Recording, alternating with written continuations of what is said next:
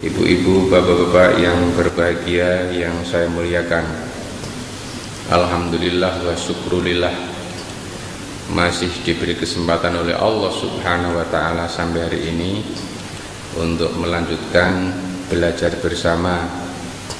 Mudah-mudahan kita semakin paham, semakin tahu posisi kita, sehingga kita tahu persis bagaimana seharusnya kita berhadapan dengan Allah subhanahu wa ta'ala. Kita tahu bahwa ada perintah Allah. Kadang kita kebiah atau salah menyikapi atau salah memprioritaskan, sehingga kadang-kadang membuat manusia menjadi kelabaan, menjadi error, menjadi menderita karena salah prioritas. Janji Allah pasti ditepati. Innallaha la yukhliful mi'ad. Jaminan dari Allah tidak mungkin akan diingkarinya. Kadang-kadang manusia hanya dia mengejar janji Allah. Dalam hari ini adalah karunia-Nya, balasannya, hasil dari usahanya, tetapi tidak memperhatikan bagaimana agar janji Allah itu segera datang, sehingga membuat dirinya sengsara. Dan kadang-kadang manusia itu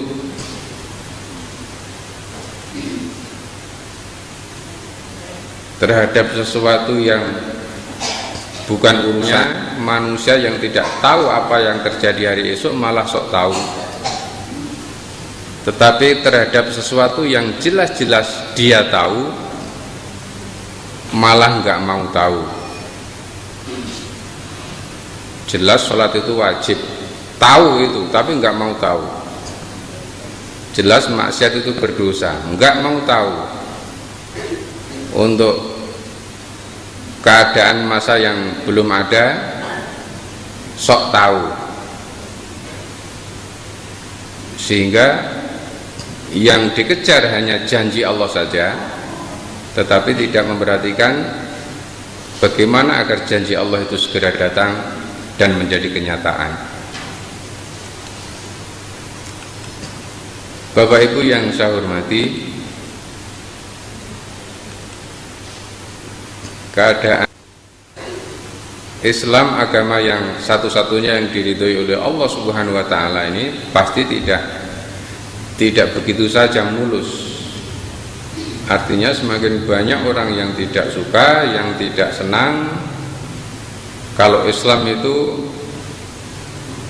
seperti yang seharusnya, sehingga serangannya bertubi-tubi datang. Serangan pertama belum selesai kita atasi, molimo, datang lagi serangan yang kedua, narkoba. Narkoba belum bisa diatasi, datang lagi pornografi. Pornografi belum rampung, meningkat malah menjadi porno aksi. Kalau pornografi itu hanya gambar, hanya pamflet. Kalau aksi itu sudah dilakukan, perbuatan sudah dikerjakan. Yang satu belum tuntas, datang yang lain belum tuntas, datang yang lain lagi. Barusan kemarin tertangkap kader PDIP, mantan bupati 2 periode, sekarang menjadi DPR pusat. Padahal pemberatasannya juga gencar, tetapi ternyata tidak membuat mundur orang-orang yang memang untuk merusak Islam dan bangsa ini. Korupsi belum rampung, jil bertengger terus-menerus. Jaringan Islam tidak bergeming, Syiah merajalela di mana-mana. Syiah belum bergeming, Ahmadiyah juga masih tetap eksis. Kemudian aliran sesat semakin marak, semakin tumbuh, semakin berkembang. Terorisme itu hantu yang bajunya berganti-ganti. Dulu namanya Komando Jihad, dulu sekali namanya DI, TII, namanya NII, kemudian bajunya diganti menjadi Komando Jihad, kemudian menjadi terorisme, dan terakhir ini nanti ditambah lagi dengan baju yang bernama radikal.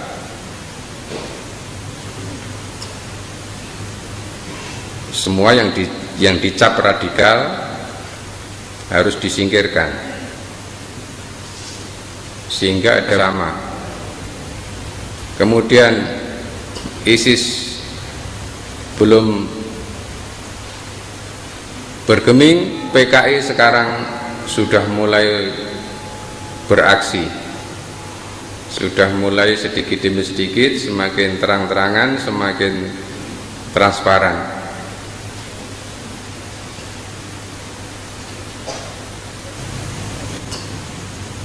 Ini yang mengepung akidah Islamiyah, dan tidak jarang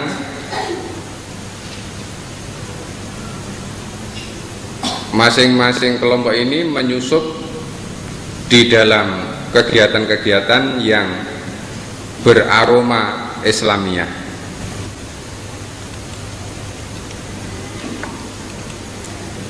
Bapak Ibu yang saya hormati, kemarin sudah kita sampaikan, kita tampilkan TPA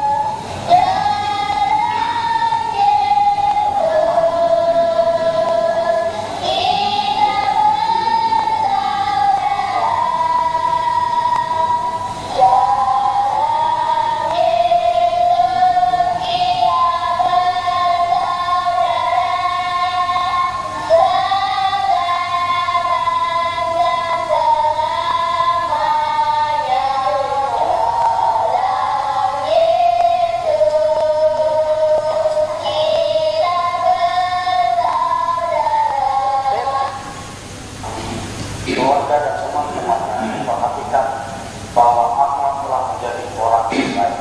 Namanya Ahmad. Seseorang yang lebih mengaku dan bertanggung jawab dan lebih setia berdoa dan menceritakan imannya dalam al-Masih kepada istri bersama anaknya.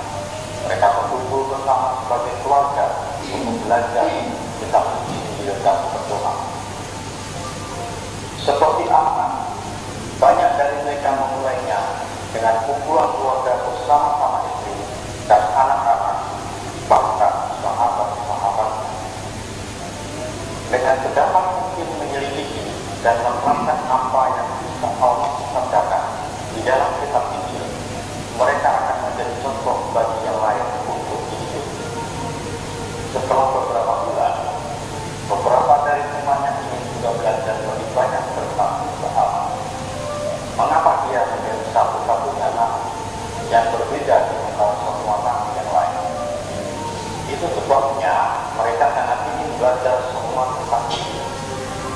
Sekarang mereka bertemu sedikitnya sekali, tapi di luar jadwal mereka tidak sering berjumpa. Bahkan di lingkungan rumahnya, istri Pak Ahmad membuat kumpulan ibu-ibu. Melalui kumpulan ini, kebiasaan mereka lebih berarti.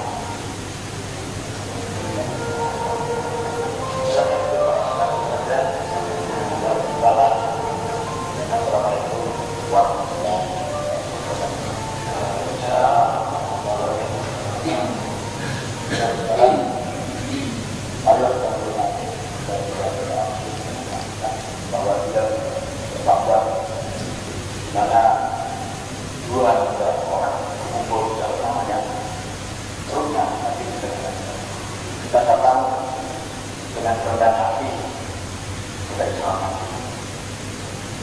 Kalimat tua dan korban dari kita, dan kita boleh hidup dalam kebahagiaan. Nanti sebelum kita mulai, saya ingin membacakan atas yang berisi Injil dalam bahasa Arab. Injil dalam bahasa Arab.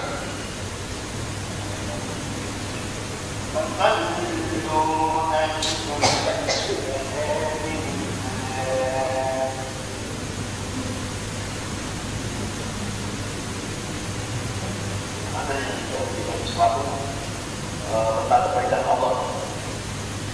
Dan sungguh menginginkan waktu-waktu seperti ini bersama saudara-saudara.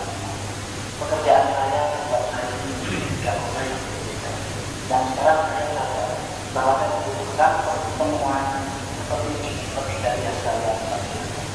Kira-kira 2 minggu ini, saya merasa tidak teman, dan saya berdoa untuk melakukan perbuatan yang saya lakukan pada waktu saya masih muda, yaitu mengaku saya.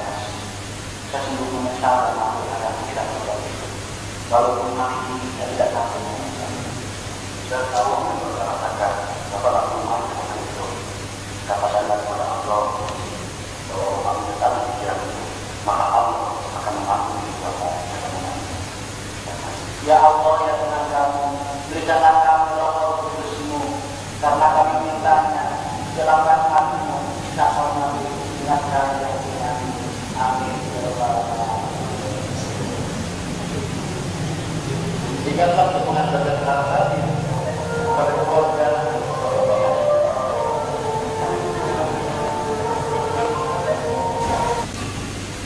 kalau kita tepat menyikapinya, maka dia akan menjadi lahan amal soleh yang tidak ada taranya.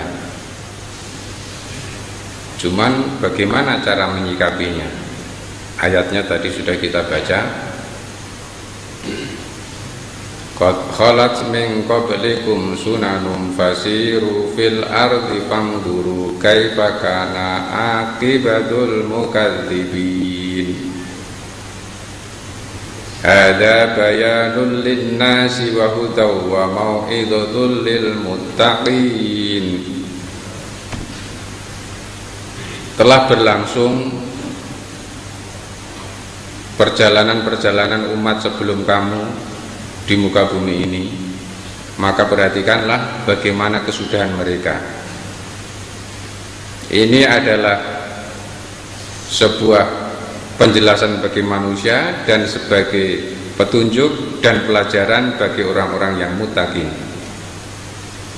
Wala tahinu, kamu jangan merasa rendah diri. Wala tahzanu, dan jangan sedih melihat kenyataan. Wa antumul a'launa, dan kamu adalah umat yang a'launa, a'la, yang paling tinggi, yang paling mulia. In kuntum mu'minin, syaratnya apabila kamu tetap menjadi orang yang mukmin. Wala tahinu, jangan rendah diri, jangan merasa hina. Wala tahzanu, jangan cemas, jangan takut, jangan sedih. Wa antumul a'lana, karena kamu adalah umat yang tinggi, dengan catatan in kuntum mu'minin. Jadi bagi orang yang imannya mantap, tidak ada yang ditakuti, dikhawatirkan. Wala tahzanu, dia tidak merasa rendah diri. Kalau kita mendapatkan kesulitan, mereka pun sama. Kalau mereka mendapatkan luka di dalam perang, maka kita juga sama.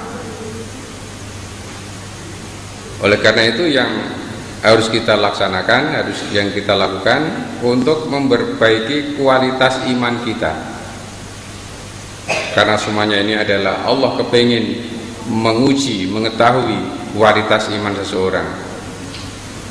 Waliyumahisallahu alladhina amanu, dan agar Allah membersihkan hati orang-orang mukmin. Hati kita akan dibersihkan.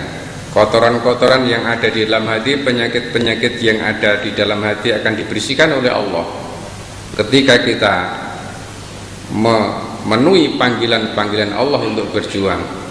Wa yamhaqal kafirin, dan untuk menghancurkan orang-orang kafir.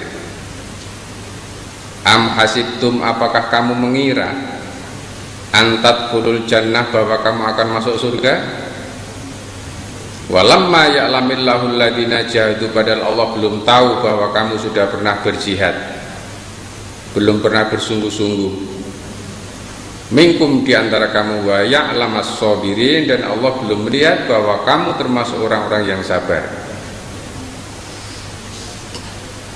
Artinya semua kejadian, semua peristiwa yang digelar di muka bumi ini oleh Allah Subhanahu wa Ta'ala adalah untuk menguji orang-orang mukmin tentang imannya, untuk menggembleng keimanan orang mukmin, untuk meningkatkan kualitas imannya, untuk membersihkan sifat-sifatnya, sifat-sifat penakutnya akan dibersihkan, akan dihilangkan dengan dihadapkan berbagai ragam masalah tadi yang kita sebutkan di depan,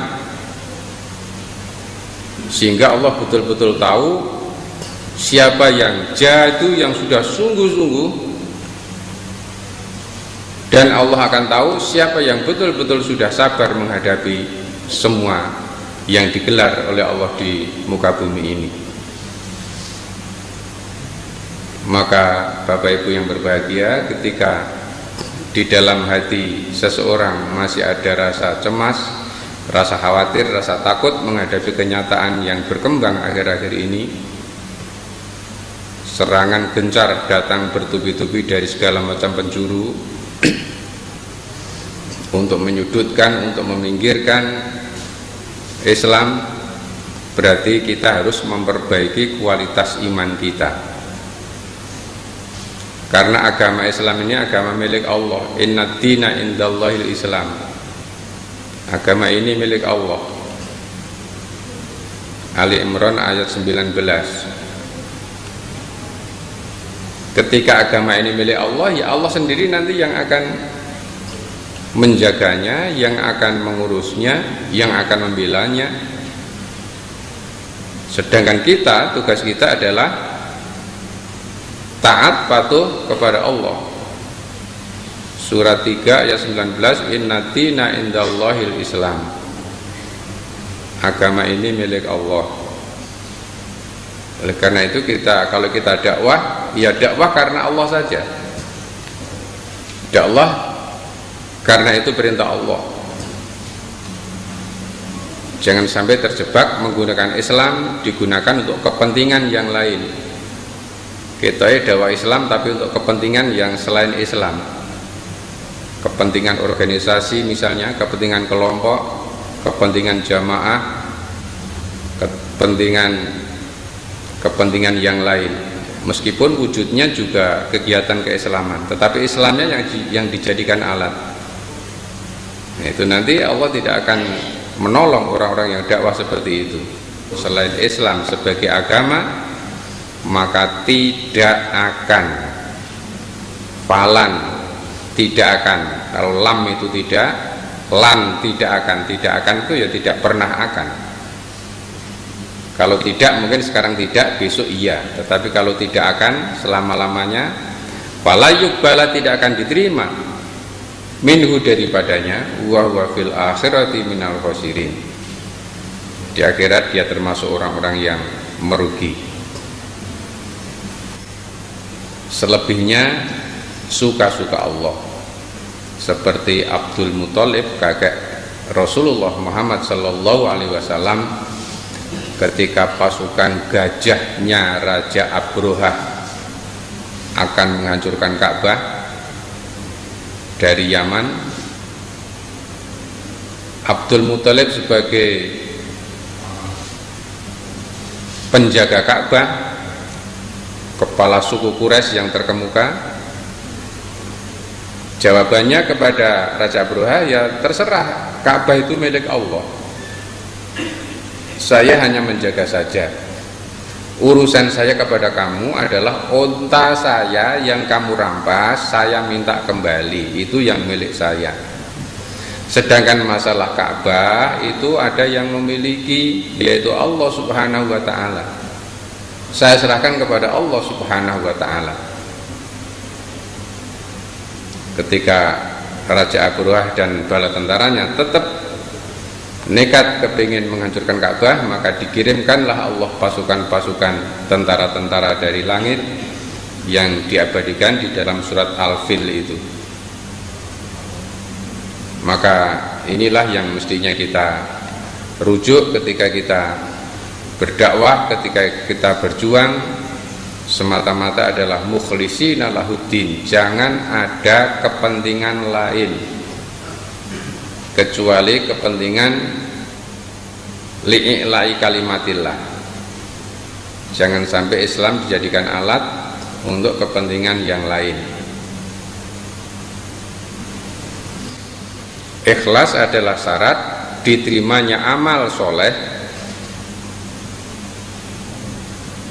yang sesuai dengan sunnah Rasulullah Muhammad SAW.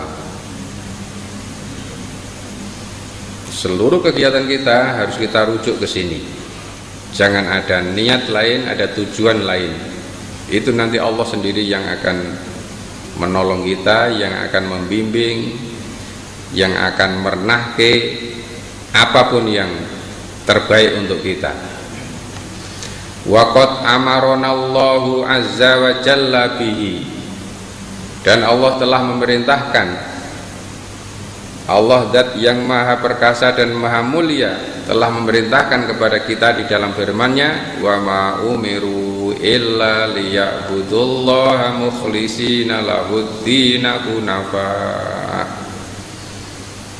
Wa ma umiru, mereka tidak diperintah, wa ma dan tidak umiru, mereka diperintah, illa kecuali liya'budullaha, untuk beribadah kepada Allah, mukhlisina, dengan memurnikan lahuddin, memurnikan agamanya, hunafa, dengan lurus, melewati jalan yang lurus. Inna hadza sirati mustaqima fattabi'uhu wa la tattabi'us subula fatafarraqa. Inilah jalanku yang lurus, ikutilah dia, jangan mengikuti jalan yang lain. Di samping murni di dalam menjalankan agama, lurus, tidak menggok-menggok. Ketika kita berjalan di jalan yang lurus, insya Allah jalan kita akan cepat, kemudian akan lancar, dan tidak akan sengsara. Tetapi kalau kita jalannya lenggak-lenggok, istilah bahasa yang agak kasar, nubras-nubras, jalan hidupnya nubras-nubras, ia sengsara. Jalan hidup di dalam berumah tangga tidak lewat jalan yang lurus, tapi nubras-nubras, nabrak-nabrak, ya babak belur. Jalan hidup bekerja misalnya, bekerja di kantor, bekerja di pasar, di sawah, tidak lewat jalan lurus, tetapi bahasa Inggrisnya nyun sewu, biayaan. Ya kabeh ditabraki, halal haram ditabraki, subhat ditabraki, ini kan biayaan ini. Ya bener untuk duit oke, tetapi itulah uang yang banyak itu yang akan menjadi sumber bencana, sumber malapetaka, sumber kesengsaraan, sumber penderitaan. Dan itu jarang terfikirkan oleh yang bersangkutan, karena taunya hanya materi, taunya hanya uang, tidak tahu, tidak kenal yang namanya nilai-nilai barokah, sehingga doanya tidak akan terkabul. Memang nyatanya kok malah dungane kabul terus Pak,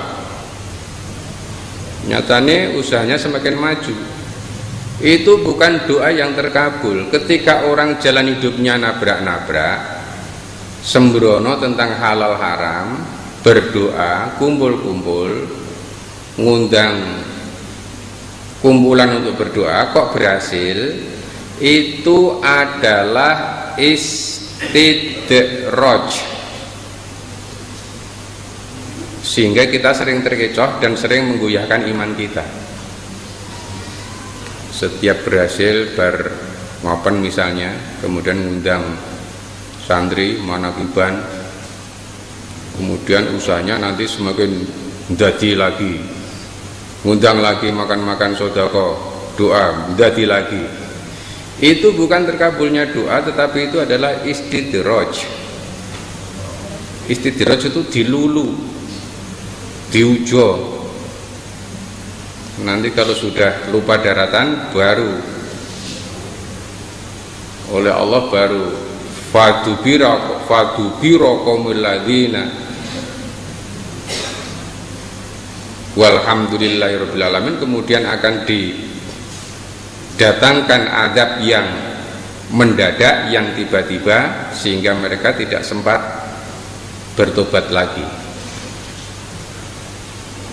Jangan terkecoh, jangan goyah pendirian kita, iman kita. Kok nalika sih hujungi Quran Sunnah Pak, usahane mboten pati lancar. Ini bareng wis sering-sering do nglakoni napa-napa nika kados wong kathah-kathah nika sakniku usahane dadi. Pripun nek ngoten niku cobi? Sing mboten kepengin sinten, sing mboten ngandel sinten, wong nyatane nggih dadi kasunyatan. Maka jawabnya, ketika orang hidup tidak lewat jalan yang lurus, tidak memperhatikan halal dan haram, kemudian dia berusaha untuk memohon kepada Allah, umroh bola-balik, haji bola-balik, semakin dihaji semakin ngawu-awu uangnya, balik umroh usahanya semakin jadi. Itu adalah istidraj, dilulu. Yang akidahnya belum kokoh, biasanya agak kacau itu pikirannya, pikiran keyakinannya, kepingin malu-malu, kepingin nyoba-nyoba. Karena memang tolok ukur keberhasilannya adalah dengan dunia ini, dengan duit, dengan uang dan sebagainya. Jadi kita tidak disuruh oleh Allah Subhanahu wa ta'ala kecuali untuk beribadah kepada Allah mukhlisina, dengan memurnikan, murni tanpa campuran, memurnikan agama dengan lurus, dengan hanif, tidak lewat jalan yang berliku-liku, tidak lewat jalan pintas, tidak lewat jalan yang jalan tol misalnya, tetapi dikerjakan apa adanya sesuai yang disukai oleh Allah Subhanahu wa ta'ala. Ja'a rajulun ila Rasulillahi sallallahu alaihi wasallam. Suatu ketika ada seorang datang kepada Nabi, faqala, dan berkata, orang tersebut lapor kepada Kanjeng Nabi, ara'aita rajulun ghaza yaltamisul ajra wa dzikra malahu. Ya Rasulullah, menggahing panjenengan pripun ana ta ra'aita weruh sapa sira? Bagaimana pendapat Anda ya Rasulullah? Ada seseorang rajulun ghaza, dia berperang, berjuang, tetapi dia kepingin mendapatkan upah dan kepingin mendapatkan titel, sebutan pahlawan.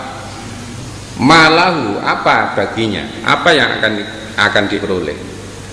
Ada seorang yang berjuang, yang melakukan kegiatan-kegiatan perjuangan, tetapi yang ditargetkan adalah ajrun, upah, dan juga sebutan bendiarani. Apa ya Rasulullah hasilnya? Faqala Rasulullah sallallahu alaihi wasallam. Rasulullah menjawab, la syai'a lahu, ora ning apa-apane, la ora saya suwi-wiji lahu kedue wong mau, tidak ada pahalanya, tidak ada apa-apanya. bi'a'adaha thalatha marratin, Rasulullah mengulangi sampai 3 kali. La syai'alahu, la syai'alahu, la syai'alahu, tidak ada apa-apanya. Ketika dia melakukan sesuatu tetapi niatnya tidak lurus, menggok baik untuk mencari keuntungan materi maupun untuk mencari keuntungan spiritual, yaitu titel, entah itu titel pahlawan, ben diarani ustad, ben diarani mubalik kondang, ben diarani orang yang ikhlas dan sebagainya. Faqala Rasulullah sallallahu alaihi wasallam, Rasulullah bersabda, innallaha azza wa jalla, sesungguhnya Allah zat yang maha perkasa dan maha mulia, la yaqbalu minal amali illa ma kana lahu khalisan wabtagha bihi wajhahu. Sesungguhnya Allah tidak akan menerima amal seseorang kecuali dilakukan dengan khalisan, murni, tidak ada campurannya sedikit pun. Apalagi Allah kita saja, Bapak Ibu, ketika kita namu disuguh oleh tuan rumah, disuguh kopi misalnya atau susu misalnya, kemudian dicampuri kotoran meskipun sedikit, dicampuri kotoran ayam meskipun sebesar kacang hijau, susunya 1 gelas, apakah kita terima? Tidak akan kita terima, kita nggak mau. Itu contoh yang tidak murni, yang tidak ikhlas. Padahal campurannya sedikit dan mungkin tidak merubah rasa itu. Itu kita manusia yang makhluk yang lemah ini, makhluk yang tidak suci, yang tidak sempurna, apalagi Allah Subhanahu wa ta'ala. Ketika kita beramal apapun, niatnya bercampur meskipun sedikit, niat yang selain Allah, tidak mengharapkan wajah Allah, tidak mengharapkan perkenan Allah, maka sama sekali Allah tidak akan menerimanya. Wa an Abi Sa'idil Khudri radhiyallahu anhu anin Nabi sallallahu alaihi wasallam annahu qala fi hujjatil wada' nadarallahu imra'an sami'a maqalati fawa'aha farubba hamilin li faqihi laisa bi faqihin salatu la yagullu alaihinna qalbu mri'in mu'minin ikhlasul amalu lillahi wal munasahatu li a'immatil muslimina waluzumi jama'atihim. Dari sahabat Sa'id Al-Khudri, semoga Allah ridha kepadanya, dari Nabi sallallahu alaihi wasallam, Rasulullah bersabda di Haji Wada,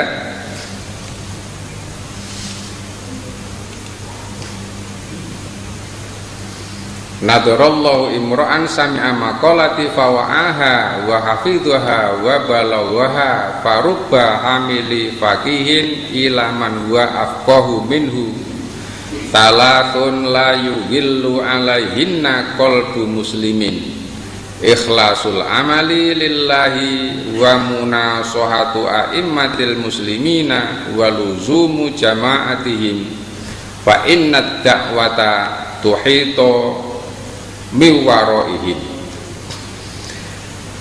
Telah menceritakan kepada kami Ibnu Abi Umar, telah menceritakan kepada kami Sufyan dan Abdul Malik bin Umar dari Abdurrahman bin Abdullah bin Mas'ud, dia telah menyampaikan hadis dari bapaknya dari Nabi sallallahu alaihi wasallam. Beliau bersabda, Allah memperindah seseorang yang mendengar perkataanku, dia memahaminya, menghafalnya, dan menyampaikannya. Jadi ketika kita mendengarkan sabda Nabi di tempat ini saat ini, dan kita memahaminya, kemudian kita sampaikan kepada orang lain, Allah akan memperindah seseorang tadi itu. Bisa jadi orang yang mengusung fikih menyampaikan kepada orang yang lebih faqih daripadanya. Ketika kita mendengar sabda Nabi ini, kita sampaikan kepada orang lain, boleh jadi orang lain nanti juga akan faham, justru lebih faham dari kita, sehingga saling untuk semakin memahaminya. Dan 3 perkara yang mana hati seseorang muslim tidak akan dengki terhadapnya. Ketika kita memiliki 3 perkara ini, kita tidak akan bisa didengkeni oleh orang lain, tidak akan didengkeni oleh orang lain. Pertama adalah mengikhlaskan amal karena Allah. Ikhlasul amali lillahi. Ini tidak bisa didengkeni oleh orang lain. Yang kedua, saling menasehati terhadap para pemimpin kaum muslimin. Saling menasehati terhadap pemimpin kaum muslimin. Yang kedua, yang ketiga, berpegang teguh terhadap jamaah mereka. Sesungguhnya dakwah meliputi dari belakang mereka. Kalau ini yang kita kerjakan, maka dakwah akan berjalan, maka dakwah akan berhasil. Keberhasilan dakwah kita ketika kita ikhlas mengamalkannya, kemudian saling memberikan nasihat, kemudian kita berpegang teguh terhadap jamaah. Ini yang hadis versi dari Ibnu Abi Umar, yang dari Anas bin Malik. Ini hampir sama, hanya teksnya saja yang berbeda. Bapak Ibu yang berbahagia, sehingga ketika kita di era terakhir ini, tantangan-tantangan semakin menghadang di mana-mana, tampilkan di depan tadi, maka yang harus kita lakukan adalah memperbaiki diri. Kalau kita melawan tanpa memperbaiki diri kita akan menjadi konyol. Tetapi ketika kita meluruskan niat, memperbaiki diri, ikhlas karena Allah Subhanahu wa ta'ala, nanti Allah sendiri yang akan menolong agamanya ini. Kadang-kadang menghadapi sesuatu masalah, kita mempersiapkan diri dengan membentuk panitia, dengan membentuk satgas misalnya. Artinya kita berjuang mau apa? Berjuang adalah li'i'la'i kalimatillah. Apa itu li'i'la'i kalimatillah? Melaksanakan perintah-perintahnya, agar perintah Allah, agar kalimat Allah ini menyebar di muka bumi ini. Tetapi ketika perintah Allah sudah ada di depan hidung kita, di depan mata kita, adzan sudah berkumandang, tetapi rapat tidak berhenti atas nama berjuang untuk memperjuangkan kalimat Allah. Lantas kalimat Allah yang mana yang kita perjuangkan ketika adzan sudah berkumandang? Tidak cepat-cepat ke masjid, malah sholat yang kuwai di diramuke sik rapate. Ini kadang-kadang kita lemahnya di sini.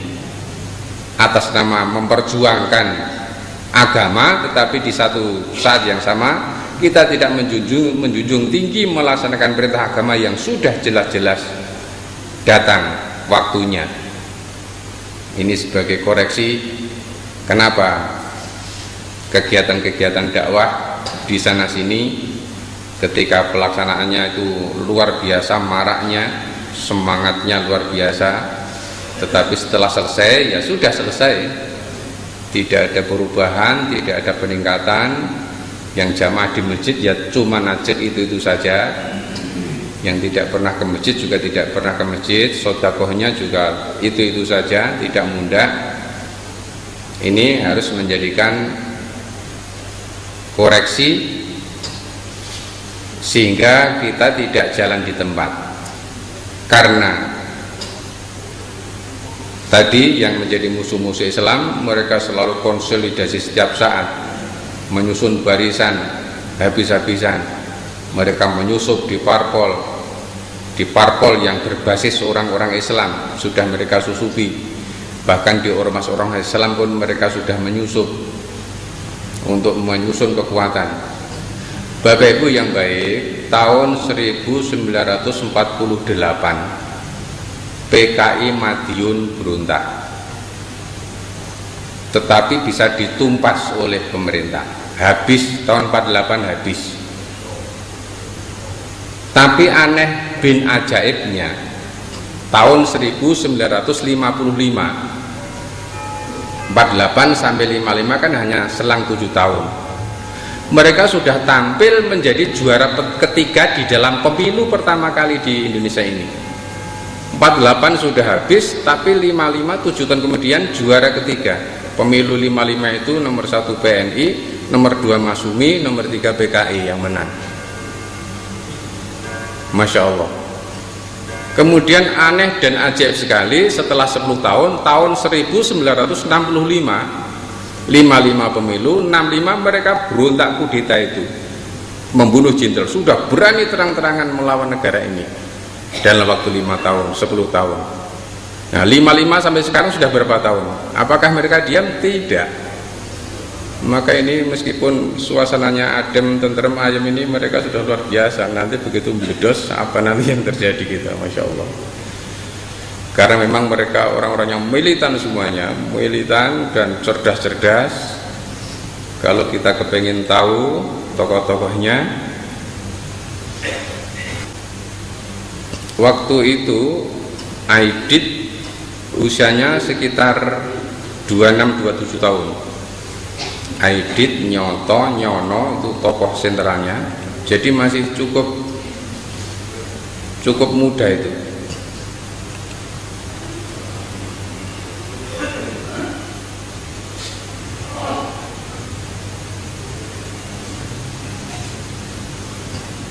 Ini tokoh-tokohnya.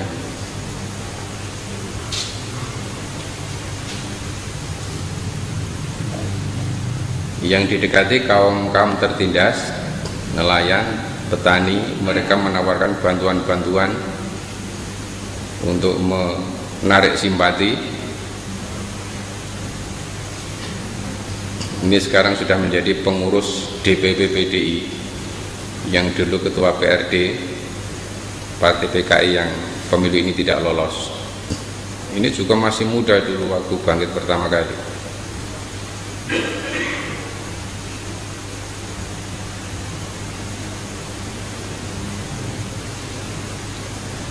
Oneng, ini anggota DPR.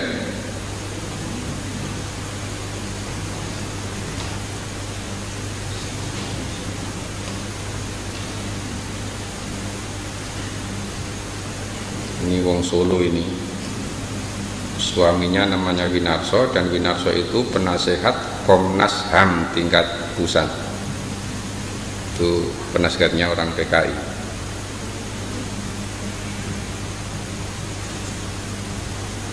Ini menyusup kemana-mana, dan gerakannya seperti siluman. Kegiatan yang di desa seperti ini, dia tidak tahu siapa yang gerak di tingkat kecamatan, nggak saling mengenal. Pengurus yang di kecamatan tidak kenal yang ada di kabupaten, tidak saling mengenal.